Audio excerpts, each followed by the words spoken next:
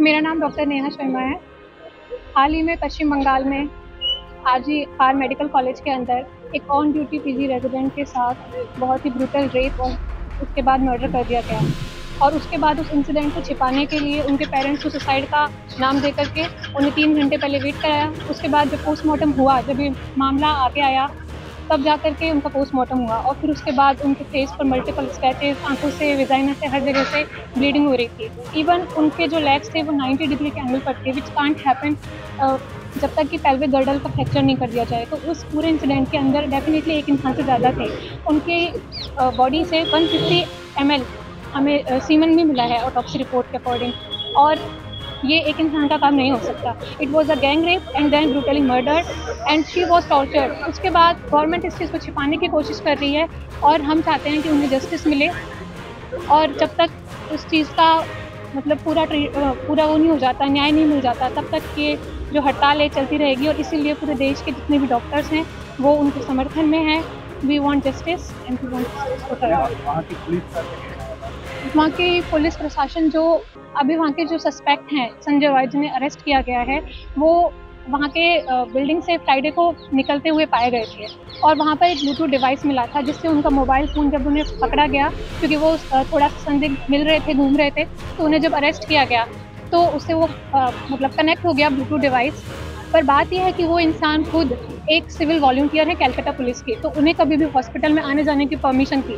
और सबसे बड़ी बात, वो इस तरह की घटिया हरकत करने के बाद में पुलिस प्रशासन का जो शेल्टर होता है वहीं पे जाकर के वो इंसान वहाँ जाकर के सो गया। बिकॉज लॉ की तो हमारे देश में कोई वैल्यू ही नहीं बची है। क्रिमिनल्स इतने बड़े बड़े क्राइम करने के बाद ये जानते हैं कि न्याय तो मिलेगा नहीं, और उसके बाद अगर मिलेगा तो इस चीज़ में कई साल लग जाएंगे। तो वो इंसान इस तरह की घटिया हरकत करने के बाद सो गया।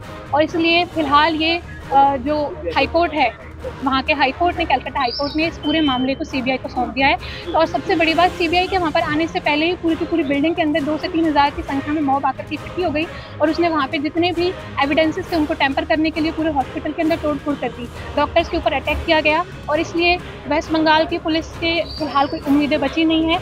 इसलिए हम लोग यहाँ पर पूरे देश के लोग प्रोटेस्ट कर रहे हैं जिससे कि इस पूरे मामला की जल्द से जल्द जांच हो और जो भी क्रिमिनल्स हैं उनको अरेस्ट किया जाए, उनको पनिशमेंट मिले, इवन उनको तो फांसी दे देनी चाहिए। आवाज़ और बुलंद हो, उसके लिए आगे का क्या करेगा? जब तक हम लोगों को न्याय नहीं मिलेगा, जब तक उस पूरी प्रशासन मतलब इस पूरी मामले की जांच नहीं हो जाती और जब तक कि आरोपियों को सजा नहीं मिल जाती, तब तक अनिश्चितकालीन तौर पे हड़ताल चलती रहेगी। पहले हम लोगों ने नॉन इमरजेंसी सर्विसेज को बंद किया था, बट अब इमरजेंसी सर्विसेज को भी बंद कर दिया जाएगा। और हम चाहते हैं कि गवर्नमेंट इस चीज़ को जल्द से जल्द देखे। और सबसे बड़ी बात यह हो रहा है कि लोगों को लग रहा है सिर्फ और सिर्फ मेडिकल्स की प्रॉब्लम है। They are not looking it कि ये एक वुमन के साथ गलत हुआ है। इस कंट्री की बहुत ज़्यादा पॉपुलेशन है जो कि वुमन है, बावजूद उसके भी इस चीज़ के ऊपर कोई ध्यान नहीं दे रहे। लोगों को लग रहा है मेडिकल्स की प्रॉब्लम है, उन्होंने हमें अलग कर दिया। They are not looking it कि वुमन सेफ्टी तो इस देश में बची नहीं है। India is the second country in the world जहाँ पे 75% doctors face physical violence. China के बाद हम सेकंड नंबर पे चल रहे हैं, उसके बावजूद भी कोई इस चीज़ पर ध्यान नहीं दे रहा है। और अगर ऐसे ही चलता रहा तो ये प्रोटेस्ट चलती रहेगी। तो